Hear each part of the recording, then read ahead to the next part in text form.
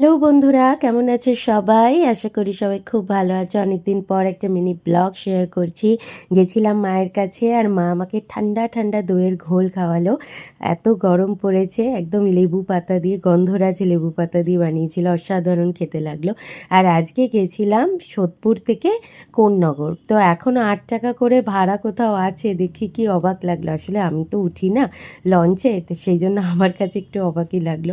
তো পানিহাটি ফেরিঘাট থেকে গেছিলাম কোন্নগরে। তো সেই জার্নিটাই শেয়ার করছি। বেসিক্যালি কোন্নগরের যারা যাও আর কি বা থাকো, অনেকেই জানবে ওখানে একটা খুব ফেমাস চপের দোকান আছে, মাংসের ঘুগনি পাওয়া যায়।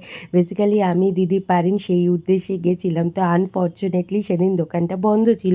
বাট ওই জার্নিটা তোমাদের শেয়ার করছি আর কি। তো আমাদের ৳৮ করে ভাড়া নিয়েছিল। ওই যারা সাইকেল, বাইক টাইক নিয়ে যায় ৳10 এরকম ভাড়া, ধীরে ধীরে আর কি বাড়বে। তো ফাইনালি আমরা কোন্নগর ফেরিঘাট পৌঁছে গেলাম।